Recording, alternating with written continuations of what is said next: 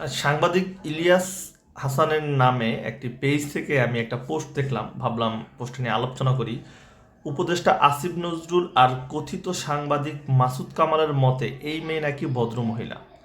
ভদ্রমহিলার এই নমুনা, তাকে আটক করাটা ঠিক হয় নাই, তার জন্য ডিবি প্রধানকে তার পদ থেকে সরিয়ে দিলেন আসিফ নজরুল। এরকম একটা পোস্ট ফেসবুকে পেলাম, তারপর আমি স্ক্রিনশট দিলাম, ভাবলাম যে একটু কথা বলি। আমারও একটা প্রশ্ন, মানে আমি প্রশ্নটাই করতে আসলে এই পোস্টটাকে একটা নমুনা হিসেবে নিয়ে আসলাম যে প্রত্যেকটা নারী কি ভদ্রমহিলা?